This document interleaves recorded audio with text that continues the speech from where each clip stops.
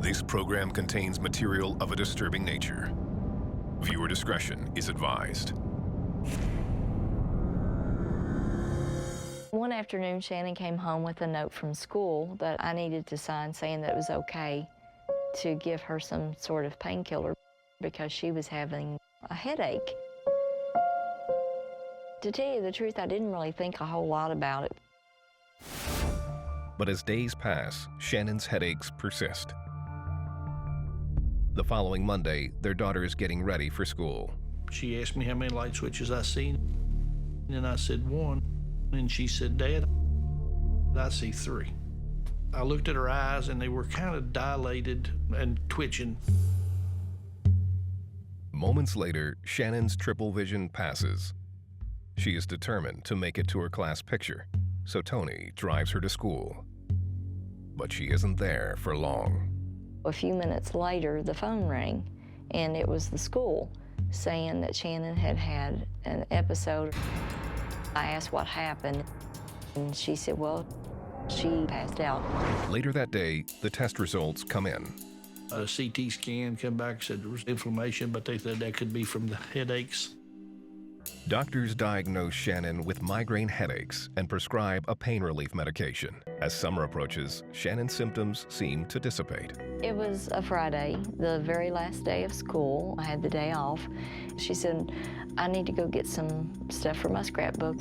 She was at the crafts area. We was walking through the store, and she comes back through the store. We saw her coming, and she seemed somewhat confused and empty-handed. She didn't have anything in her hand. And I was like, hon, did you not find what you were looking for? She came up and caught up with us and said, Dad, I can't get my eyes to focus. So I looked at her eyes, and her eyes were real dilated and twitching really bad.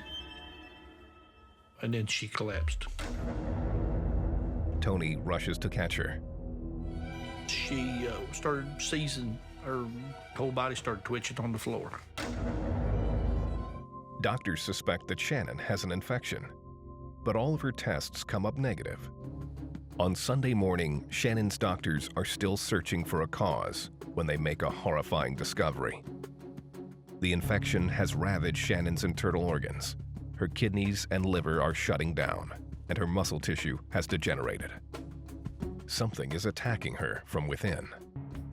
Sunday morning, I remember the doctor saying that her heart was in that of a shape of an 80-some-year-old, and that her muscle tissue was like that of an overworked bodybuilder.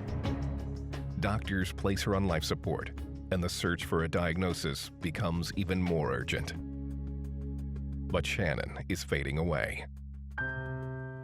She actually had her last heart failure while they were doing the test. They did come in and ask if we wanted to be there, and I said, no, come get me when it's over. I don't want to watch my child die.